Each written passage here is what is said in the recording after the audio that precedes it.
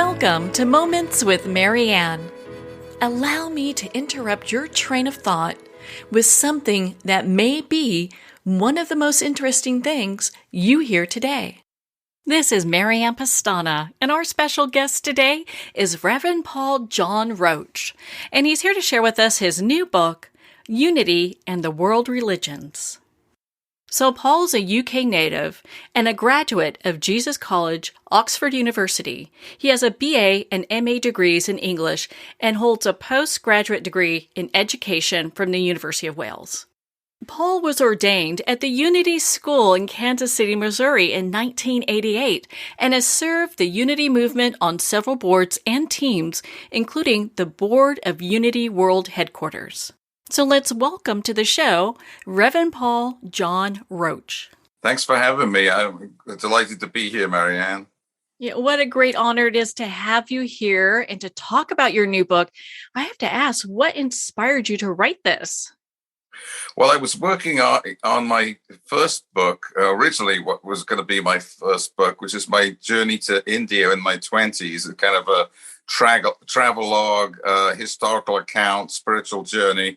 And then somebody at Unity approached me with the idea of writing a book about world religions from the Unity or unitive perspective. And so I put my first book on hold and wrote this one. And of course, you know, being a minister for 30 years and always interested in world religions, I had a lot of notes and a lot of ideas. So I put all those together. It took me about 5 months to write it and another year, of course, to edit and, you know, get it published. And so, yeah, that was the origin of it. But, I've always been fascinated by the connections between the different religions of the world, you know, not trying to make them all one, but enjoying the diversity, but noting the essential unity within all religions, especially, you know, the mystical core of religions. And that fascinates me. So this is an overview and exploration of that from my own personal perspective.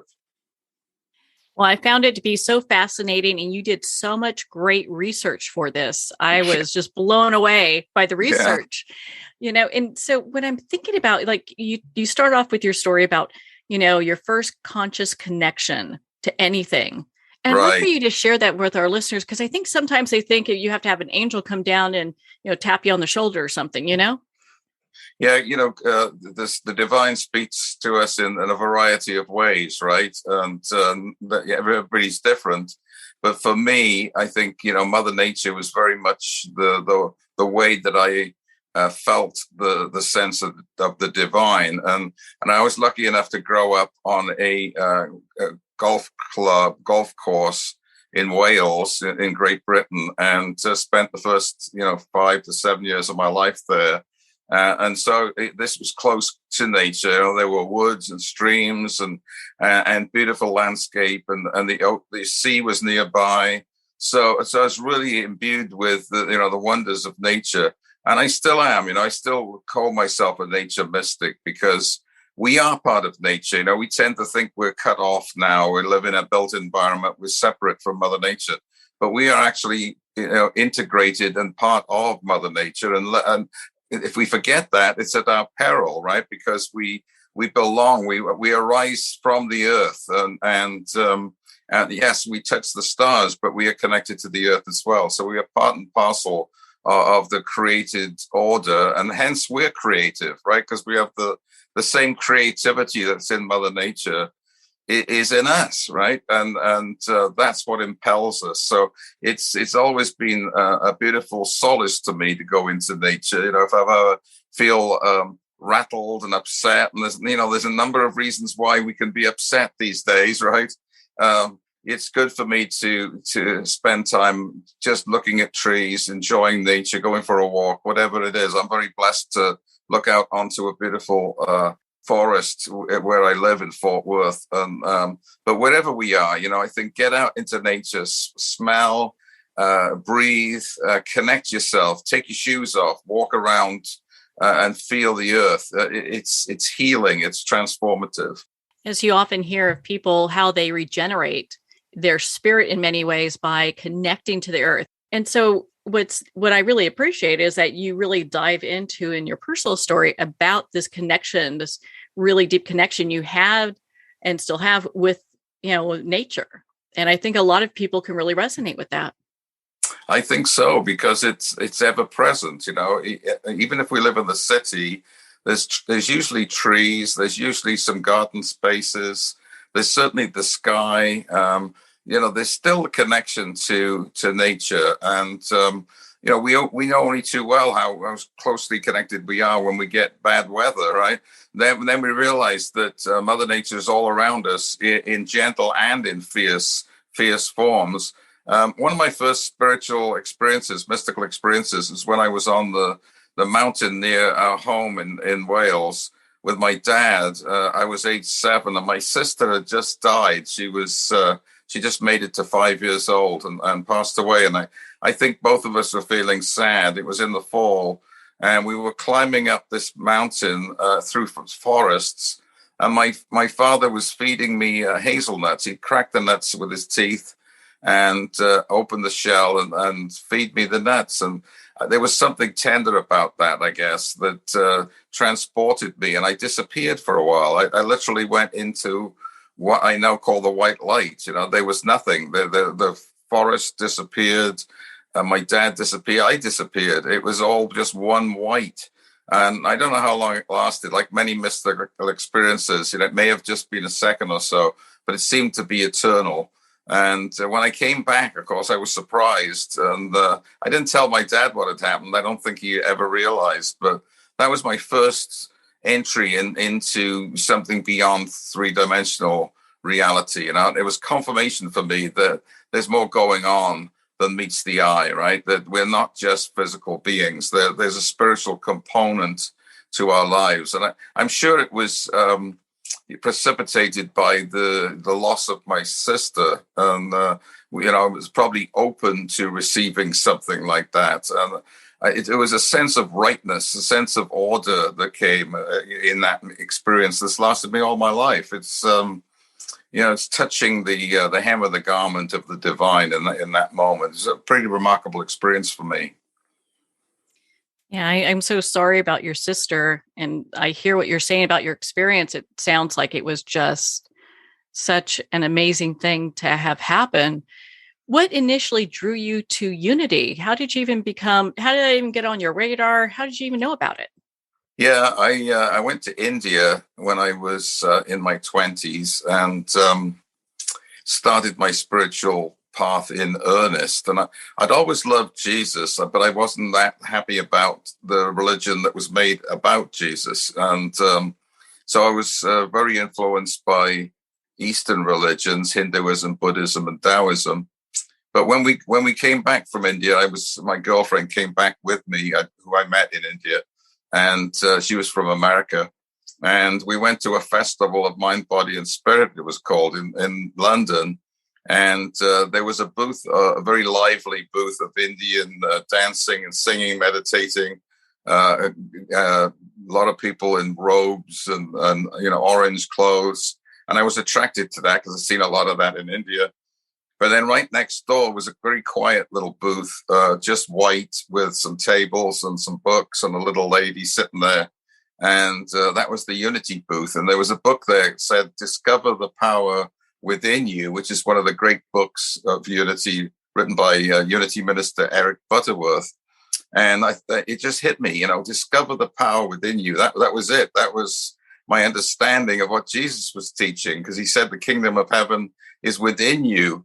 And so I started studying Unity and found out that it was okay to be, based in Jesus, but also open to all other religions. And that was a wake up for me, that I could combine the two. And so Unity has been a wonderful movement for me, because it allows me to be the Hindu Buddhist that I am, but also the lover of Jesus and his teachings, and combines them all together in this mystical but practical teaching, which I love. So it's very interesting, that we left the loud, noisy booth next door and went to this quiet one, and it led to some remarkable things.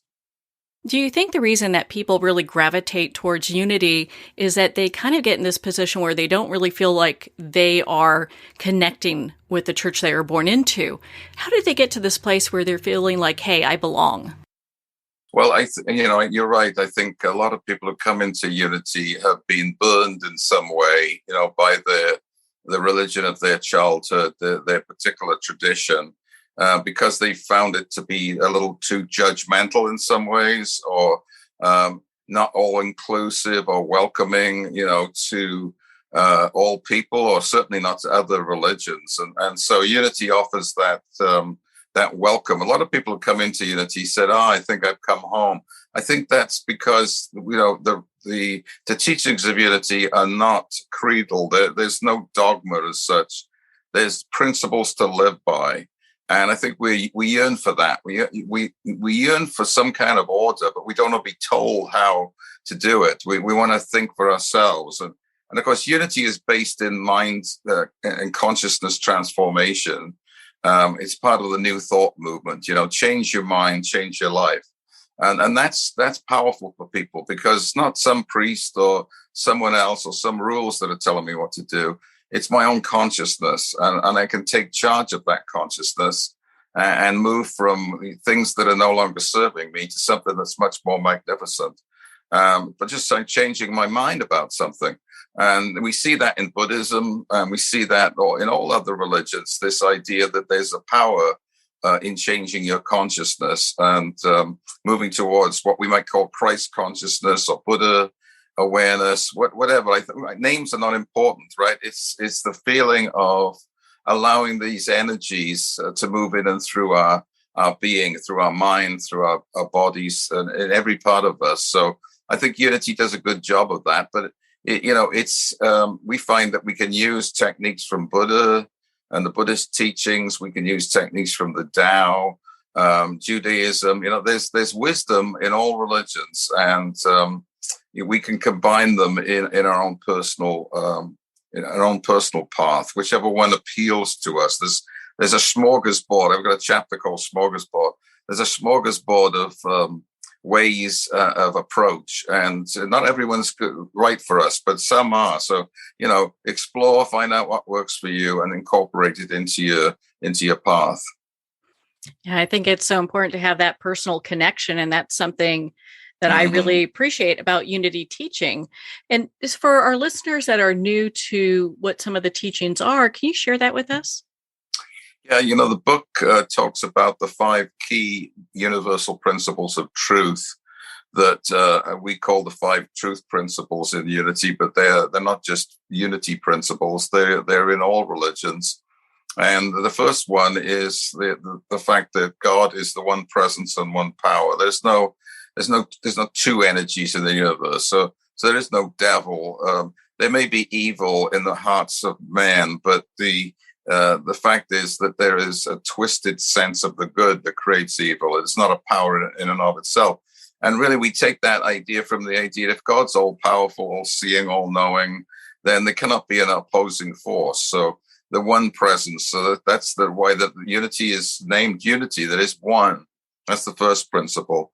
The second principle really flows from that, and that is if everything is one, then we are part of that. We are one with the one. And so we have the spark of divinity. We have a spark of that wholeness and oneness within us. We call it the Christ or the Buddha, nature, whatever. But it's the fact that we are inherently good, not inherently bad.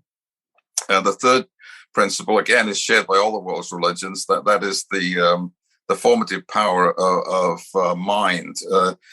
Thoughts held in mind produce after their kind. What goes around comes around, right? It's the universal principle of the universal law of how things unfold. And the fourth principle is prayer and meditation, ways to connect to God most effectively. And then finally, the fifth one is action, because the 4 principles before are wonderful, but unless we're able to put them into practice in our lives, Jesus said, by their fruits shall you know them, right? That's what we aim to be, practitioners, expressors of the truths that we know. And so we have to act wisely with love, helpfully in our world compassionately. So that's crucially important.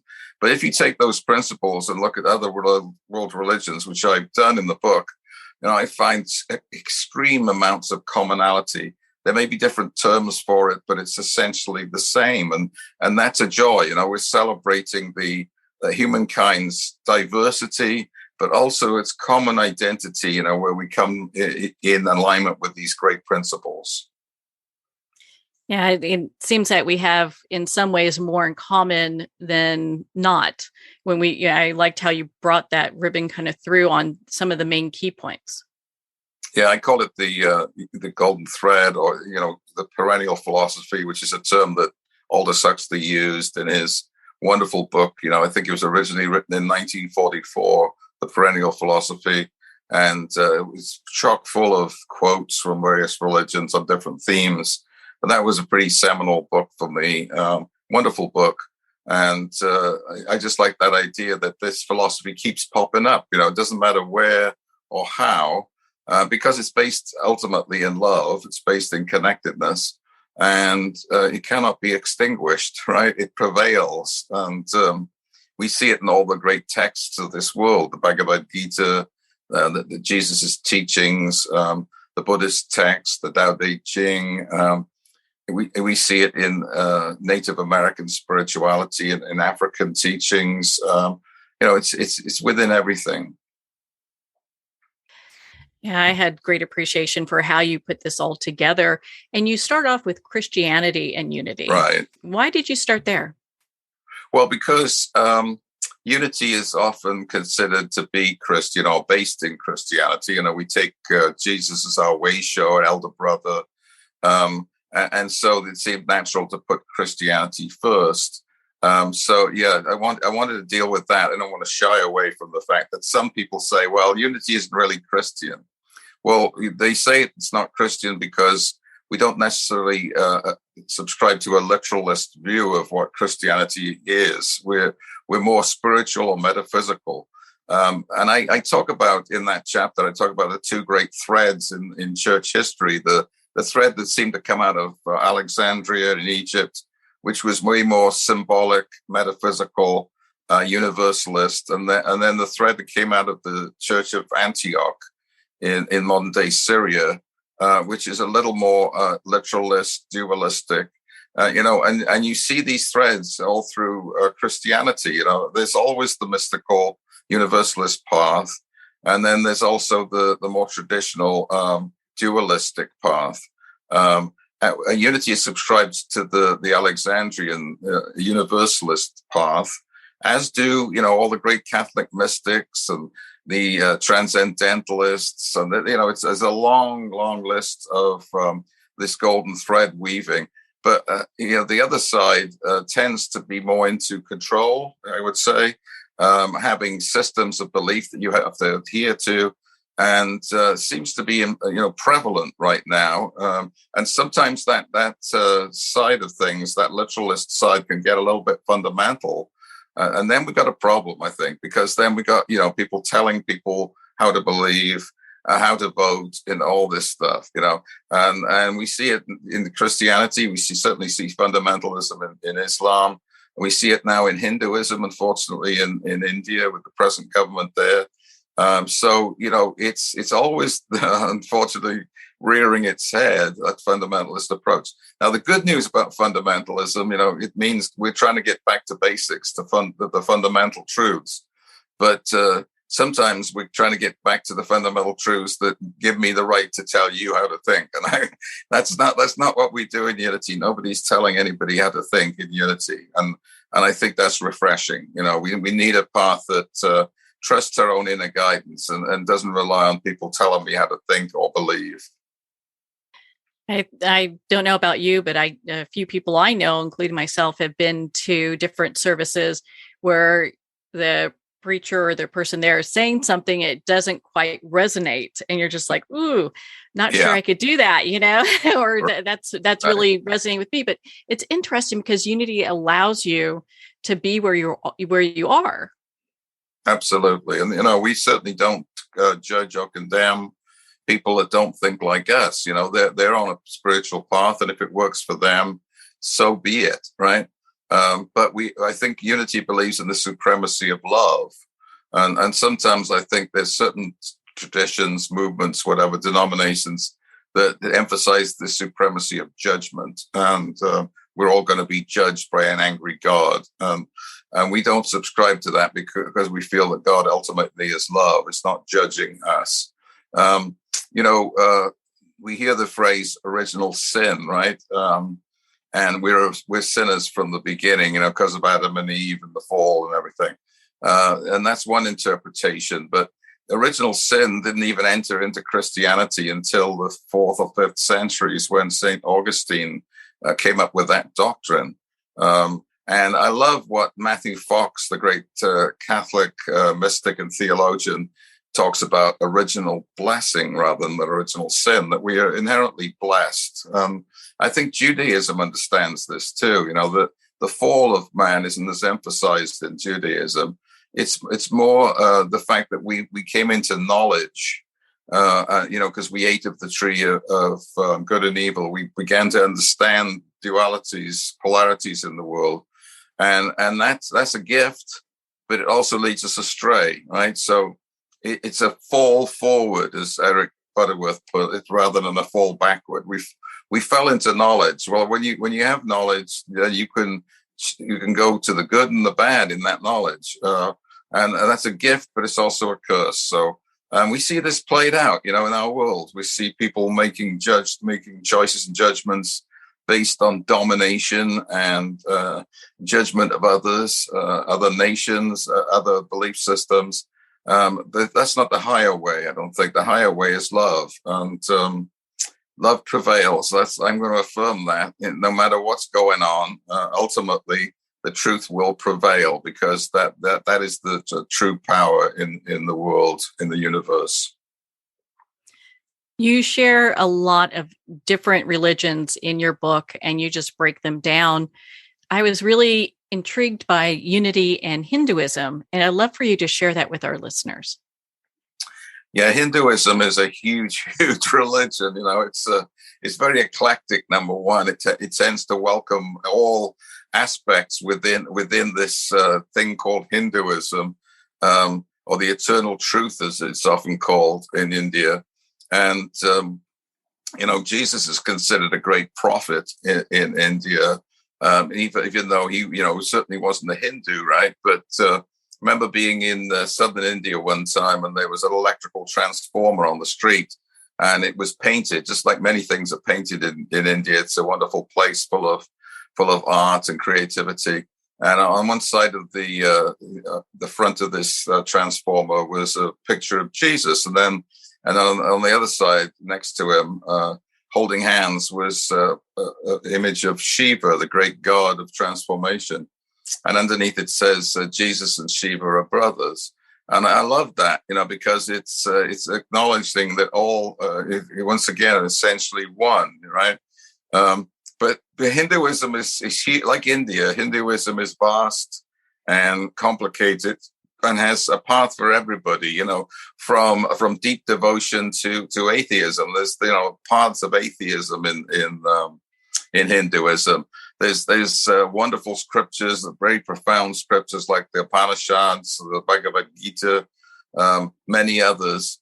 And then there's people like the Naga Babas, that go around naked, covering themselves in ash, eating feces and dirt and whatnot, and smoking cannabis, and hanging out in graveyards, and all, doing everything that they're not supposed to do in terms of what the Brahmin priests would have you do.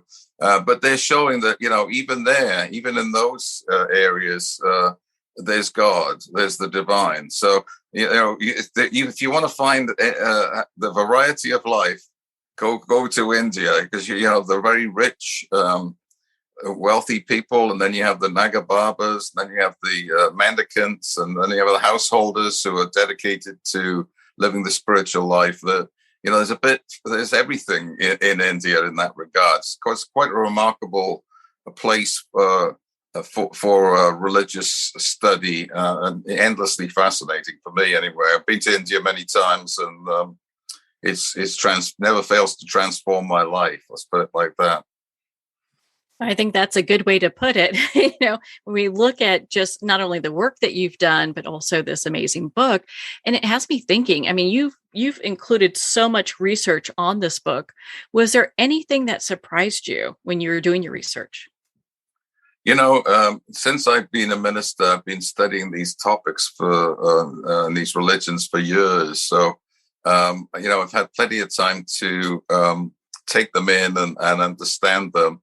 So there's no real surprises in the sense that I'd come across most of them before that I wrote the book. So, but when you write a book, you're always fascinated with how it turns out, because you start writing, you're not sure where you're going with it. You're trying to incorporate it in a way that's user friendly, right? And I think that's what I tried to do in this book. So somebody wrote me a review and said. And I thought it was very, very nice. He said, it's like having a conversation with a very intelligent friend. Well, it's nice to feel like you're highly intelligent. But the point being is that it's a conversation. And I think the book is aimed to be that, a conversation. And I had that in mind as I was writing the book, that I had a person in mind that in front of me, and I'm talking to them, basically. I'm just writing it down. And I think that's helpful. It comes across that way. But to get back to my original point, when you're writing a book, you're not sure where it's going, because your mind is creative. And so that surprised me sometimes. I had ideas about a religion that I never thought of before until I started writing. I think that's the power of writing something down. And it's a power that you can apply in your life today. If you've got a problem or a challenge or some opportunity, write it down. Write down your feelings about it. Write the positives and the negatives around that opportunity, and things will come forward you'd never imagined before, you'd never thought of before. And that's the power of the creative mind, active through actually committing it to writing. So I think that happened to me a number of times. And I thought, I see the connection now in this one aspect of Islam, something I didn't see before. I see how that works in Hinduism, and so that was nice to see that that unfold as you write. Yeah, or even the concept of karma with Buddhism. I could see the string of that, and I was like, oh, there it is. Yeah, exactly. Yeah, well, Buddhism is extremely profound spiritual psychology. Probably the most profound system ever committed by any religion, right? And so there is so much depth to that. I mean, modern psychotherapy in the West is sort of beginning to approach some of the subtleties that were already thought of and developed by over millennia, actually, in Buddhist teaching. So it's a highly subtle and profound spiritual psychology. I think they're the best that we've come up with so far. Not that other religions don't have, this deep psychological insights, but Buddhism has been able to systematize it in a very beautiful way. Yeah, I really appreciate their meditation practice, because I think, I know in your book you talk about prayer and how that just heightens the connection we have with the God mind. And I'd love for you to expand on that. Well, prayer, of all the principles in the world's religions, prayer is the most universal of all of them. We may say one presence and one power, there's only one God, but some denominations will think, yeah, there is God, but there's also the devil. In terms of our divinity, some people say, well, we're not truly divine. We're divine by adoption, but we're etc. But when it comes to prayer, there's many kinds of prayer, but we all agree on the fact that prayer is a wonderful way to connect to the divine, I think. So whether you call it prayer or meditation, these are aspects of the same divine connection. Charles Fillmore, co-founder of Unity, said that prayer was the most highly accelerated mind action known to man. And I like that. Most highly accelerated mind action. It's powerful. We're connecting to the incredible energies within us and within the universe when we're in prayer. Case in point, somebody, I put up a prayer on Facebook a week or so ago, and somebody said, yeah, it's all nice to pray, but, we need to act. Nothing comes from prayer. I think I was praying in terms of Ukraine. And I just wrote back, I said, no, prayer is powerful here. Let's not dismiss prayer. Yes, we have to act. But with prayer, you're connecting energy to energy around the world. And I've seen many transformations because of the positive power of prayer. And it's not a sort of begging prayer, right? In Unity, we talk about affirmative prayer, aligning our energy with the energy of the universe and cooperating with that energy, not trying to force or fix anything, but simply to release within us that understanding that we have limitless potential. And so prayer at its highest is doing just that. And of course, it's powerful in our own being. It transforms our own physical and spiritual and emotional and mental beings, aspects of us. But it also is more than that. It binds and unites, because again, its essence, I think, true prayer is love, right? It's seeing that connectedness. Yeah, making that connection. And I really appreciate that, because, I pray, and I'm sure there are a lot of other people that do. And you feel like you get this connection in doing that, so I agree with you. I mean, discounting prayer would be horrible. Yeah. I know what they're saying, though. They're saying, it's it's easy to say I'll be praying with you, yeah, but what are you going to actually do, right? And there is some truth to that. I think we have to put feet on our prayers sometimes, right? It's not good just to sit quietly and do nothing. I think, though, there are times when sitting quietly and doing nothing is the best thing we can do. But I think of the monks in monasteries or temples throughout the world who are dedicating their lives to prayer. And I think how powerful that is, because they are spiritual dynamos, that are helping this planet's energy and vibration, helping to lift it up. And I'm thankful for all those people who are committed to that.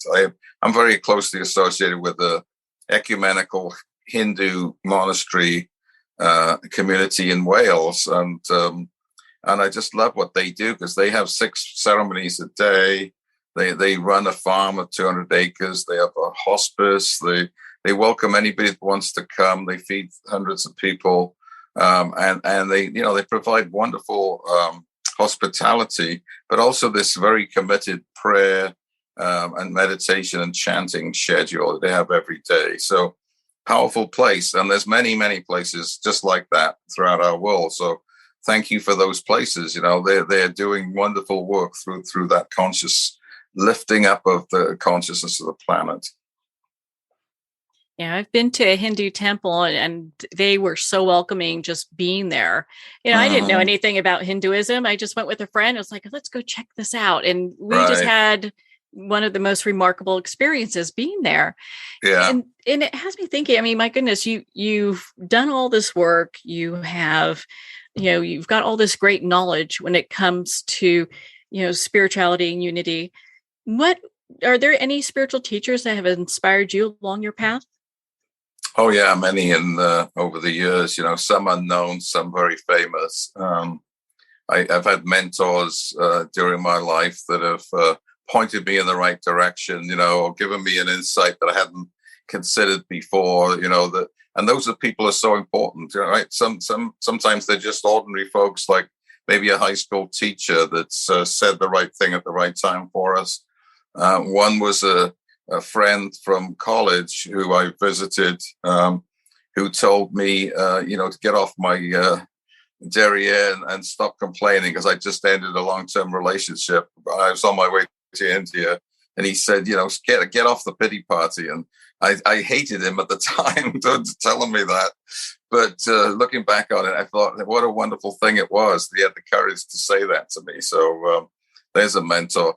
But in terms of some of the great spiritual teachers, I have high regard for Ramana Maharshi, Sri Ramana Maharshi of South India, one of the great gurus of the 20th century.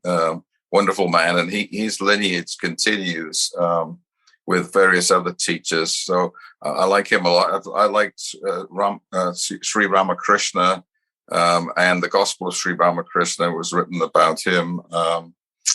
Another fascinating man. A man named H.W.L. Poonjaji, or sometimes called Papaji.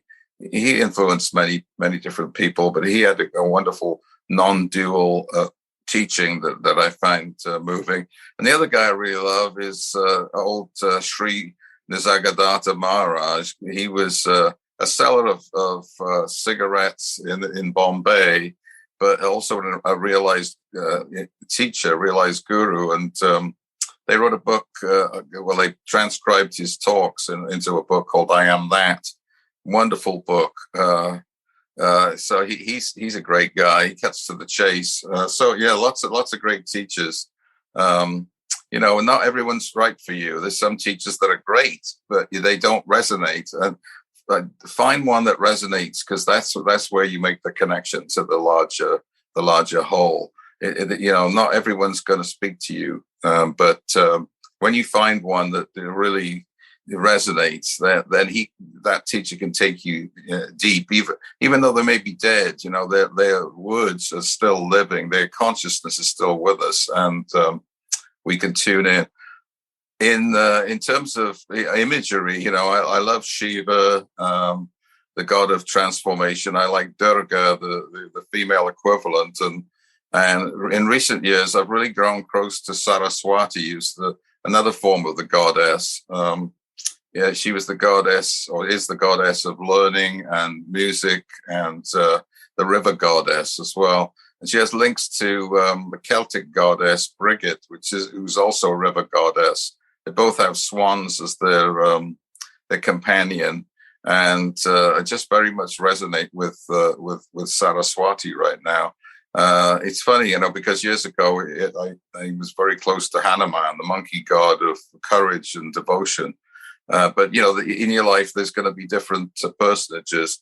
Jesus has always been a great teacher for me, because Jesus was like a Zen master. I think he teaches aphoristically from the heart, and if you get beyond the religion about Jesus and back to the religion of Jesus, wow, it'll knock your socks off. The profundity of his teaching, and there's nobody like Jesus, I don't think. I'd agree with you on that. I definitely would agree with you on that. I was actually surprised to see shamanism in your book as well. Why was it important to include that? Well, every attempt to penetrate into the divine is valid, right? So I didn't want to leave out shamanistic practices, because there's a long tradition throughout the world of people making connection to the divine through that.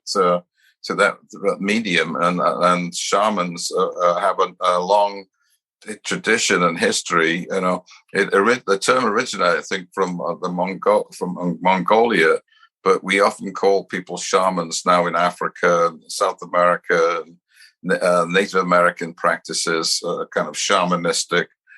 So yeah, I think those are very valid ways of approach. And they sometimes they use drugs. Sometimes they use extremes, going out into nature, starving oneself, but these, or going into sweat lodges or whatnot.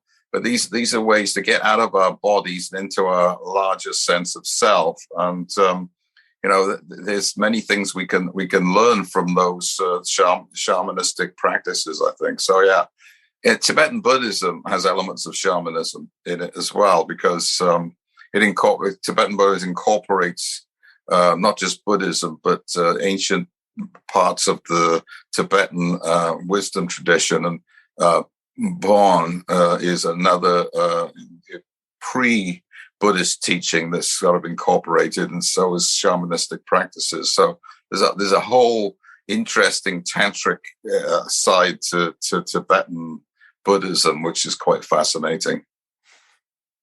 Has so many very fascinating and interesting backgrounds, but as you were saying, there's that connection. So. Absolutely, and that's the key. The bottom line to mystical practice is direct experience, right? So that's what we're talking about in the book. It's nice to hear it from somebody else, but we want the direct experience. Just as I had that direct experience on the mountain as a child, it's available to us all. When you don't know something until you have experienced it directly, you know about it. It's head knowledge, and that's valid. But once you experience it, it's like tasting a fruit, right? You don't still know what it tastes like until you actually put it in your mouth. And it's the same with spirituality. I have to actually taste it. It has to be real for us. We can dream about love, can't we? And then how wonderful romance is. And, I'm going to meet the dream man, dream woman. But we're not going to really feel what it's like until we actually jump and do that, and have a relationship and feel what it feels like. And it's not always good. Sometimes there's pain associated with it. Sometimes there's challenges when we transform because we want to hold on to the old way. But direct experiences is always what we're aiming for in our practice, to feel it directly, whatever it might be. I'm a big advocate, by the way, that sometimes the worst things that happen to us can be the best because they break us open, right? And so what we think is devastation ends up being transformation. And that's really what Shiva, the god Shiva, is sometimes called the god of destruction, but he's not. He's the god of transformation. Things break down in order to build up again. So, yeah. So be comforted if you're going through a tough time. There may be an opening coming as a result of being broken down, broken open. What a great shift in perspective that is. Because a lot of times people, when something happens, it's like, oh, something bad is happening to me, as opposed to this is an opportunity. Exactly. Again, that comes back to the law of mind action, right? Where's my mind on this? Is my mind seeing it as a problem or as an opportunity? And we talk a lot about that in Unity, that we can reframe things and see them in a different light. And when we do that, the whole world transforms because we're no longer carrying the story about, oh, ain't it awful, or why did this happen to me? We're seeing it as, well, it happened. So what can I do with it? How can I utilize this in the most effective way possible? That doesn't mean ignoring the pain and difficulty. Embrace that too. It could be horrific, but it doesn't have to be the end. That's the thing. There's something good within it. It's not a shortcut. We don't want to bypass our feelings, but we don't want to wallow in our feelings forever either. We want to see them for what they are and help us to grow and unfold. So yeah, I think that's profound spiritual psychology. To work with I love that about Buddhism again, because they work with every single energy that's there in the human psyche and don't ignore any of it. One of the problems with some forms of Christianity is that we've demonized half of our psychology and called it the work of the devil, and then we can never look at it. We have to see it as bad. Well, it's not bad. It's just some dark sides of who we are, and they need to be integrated. They need to be welcomed home, I think. Well, if they exist, it's something that we should really kind of dive into and look at. Mm-hmm. Exactly. Well, I know you touch on all these great religions in your book. Yeah. What interesting thing would you like to share with our listeners in regards to unity and Taoism?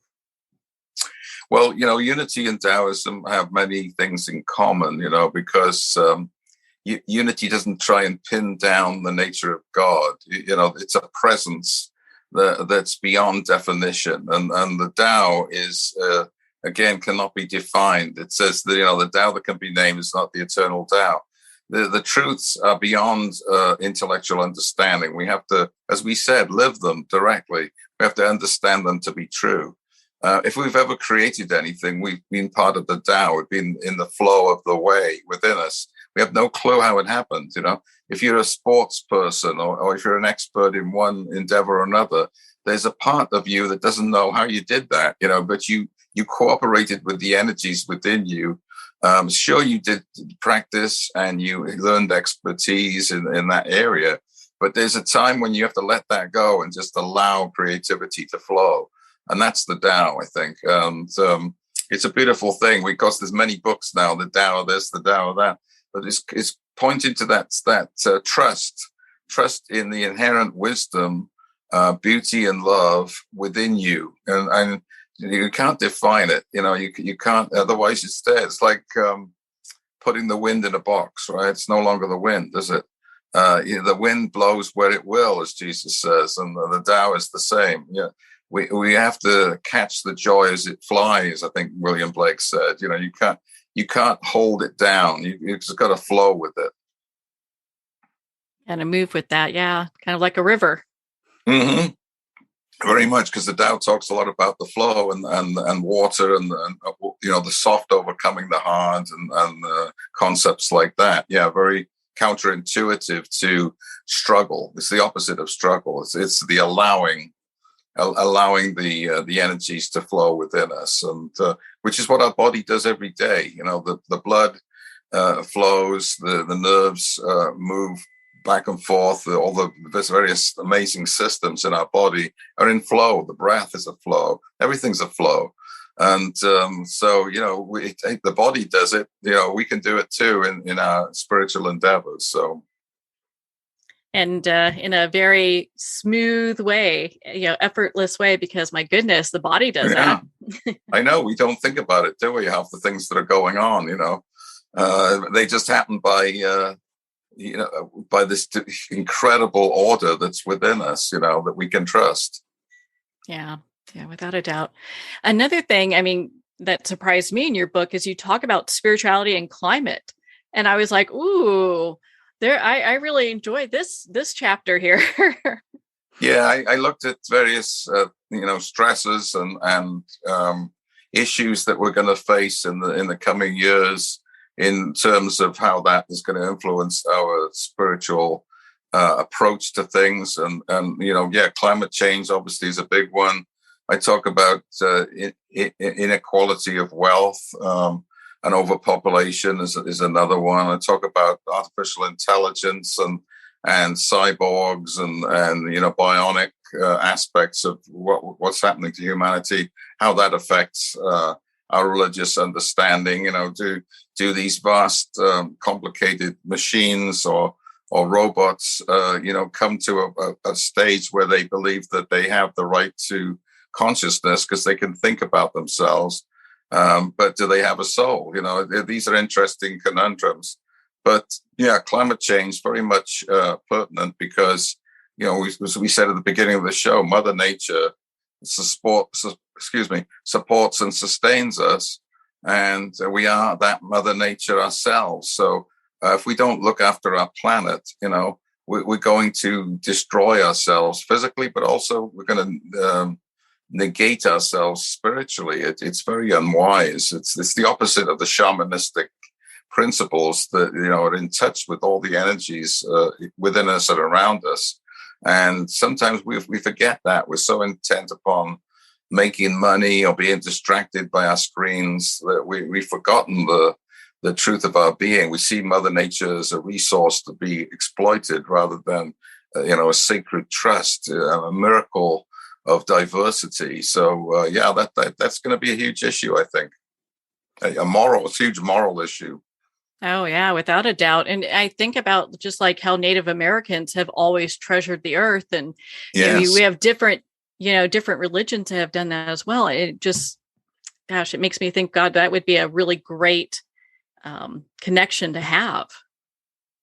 Absolutely, and people are aware of it, but it takes a while for the machines of government and technology and industry to shift to. It's like the battleship. It's hard to turn a battleship, right? It takes a long time. It's the same with these huge institutions. I think there's a willingness to begin to do this process, but it's not moving as fast as it needs to, probably. And then when you have craziness going on in terms of our world, as we're writing, as this goes out live, we're sending our prayer energy to Ukraine and all the difficulties that are happening there. We spend a lot of energy focusing on a war, whereas the real struggle needs to be elsewhere. And so it's taken up a lot of energy and resources in a direction that we could hopefully have avoided in 2020, 2022. So, yeah. Anyway. You touch on some really great topics in your book, and it's interesting with like AI, 20, 30, 40 years ago, people would be like, oh, that's science fiction there, it's Orwellian. And nowadays it's definitely something we need to take a hard look at with everything else. Absolutely. Yeah, definitely. What final thoughts do you want to leave our listeners today with? Well, thank you very much for having me on the show, Marianne. I really appreciated it, and the wonderful questions. If you're interested in the book, I hope you can pick it up and take a look at it. I think it's got a lot of fascinating information. It follows a story, if you like, and it gives many examples and practical things to do in your life. So I think it's a good read. And, I'm excited that I actually got a book together. It took me a while, I retired and then COVID came and I had time to write. So I'm excited to have a book out. But, I hope you inspired enough to want to go out and get it. You can find it on Amazon, and you can get it from unity.org, the Unity headquarters. It's available there. It's on Kindle. And, so that's about it. It's just been a joy to be on the show today. Well, thank you, Paul. It has been such an honor to spend this time with you. If you'd like to connect with Paul, you can at pauljohnroach.com for more information. Well, we're at the end of our time today. I would like to thank everyone for tuning in. You've been listening to Moments with Marianne, where we make every moment count.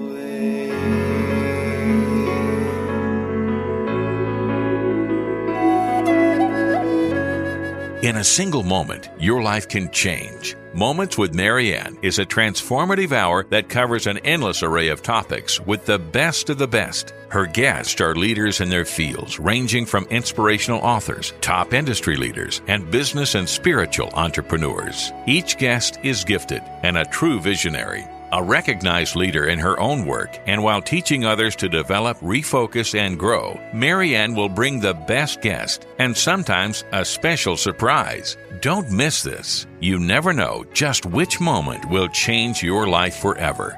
Make sure to tune in and visit momentswithmarianne.com for more information.